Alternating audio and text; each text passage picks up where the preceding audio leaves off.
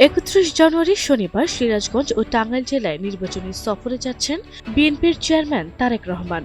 দীর্ঘদিন পর তার এই সফরকে ঘিরে দুই জেলাতেই বিএনপির নেতাকর্মীদের মধ্যে ব্যাপক উৎসাহ উদ্দীপনা দেখা দিয়েছে। দুপুরে বগুড়া থেকে ঢাকায় ফেরার পথে সিরাজগঞ্জ সদর উপজেলার পাইকপাড়া এলাকায় বেসিক শিল্প পার্ক মাঠে আয়োজিত নির্বাচনী জনসভায় যোগ দেবেন।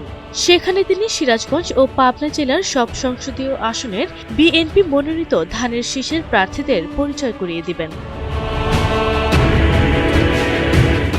এই জনসভাকে কেন্দ্র করে সিরাজগঞ্জে উৎসবমুখর পরিবেশ বিরাজ করছে। বিশাল মঞ্চ নির্মাণ করা হয়েছে এবং নিরাপত্তা ব্যবস্থা জোরদার করা হয়েছে। স্থানীয় বিএনপি নেতারা জানান, সমাবেশে রেকর্ড সংখ্যক নেতাকর্মী ও সাধারণ মানুষের উপস্থিতি প্রত্যাশা করা হচ্ছে। সিরাজগঞ্জে জনসভা শেষে তারেক রহমান বিকেল 4টায় টাঙ্গাইল যাবেন। সেখানে যমুনা সেতু টাঙ্গাইল ঢাকা মহাসড়কের দরুন চরজানা বাইপাস সংলগ্ন খোলা মাঠে আয়োজিত জনসভায় বক্তব্য রাখবেন তিনি।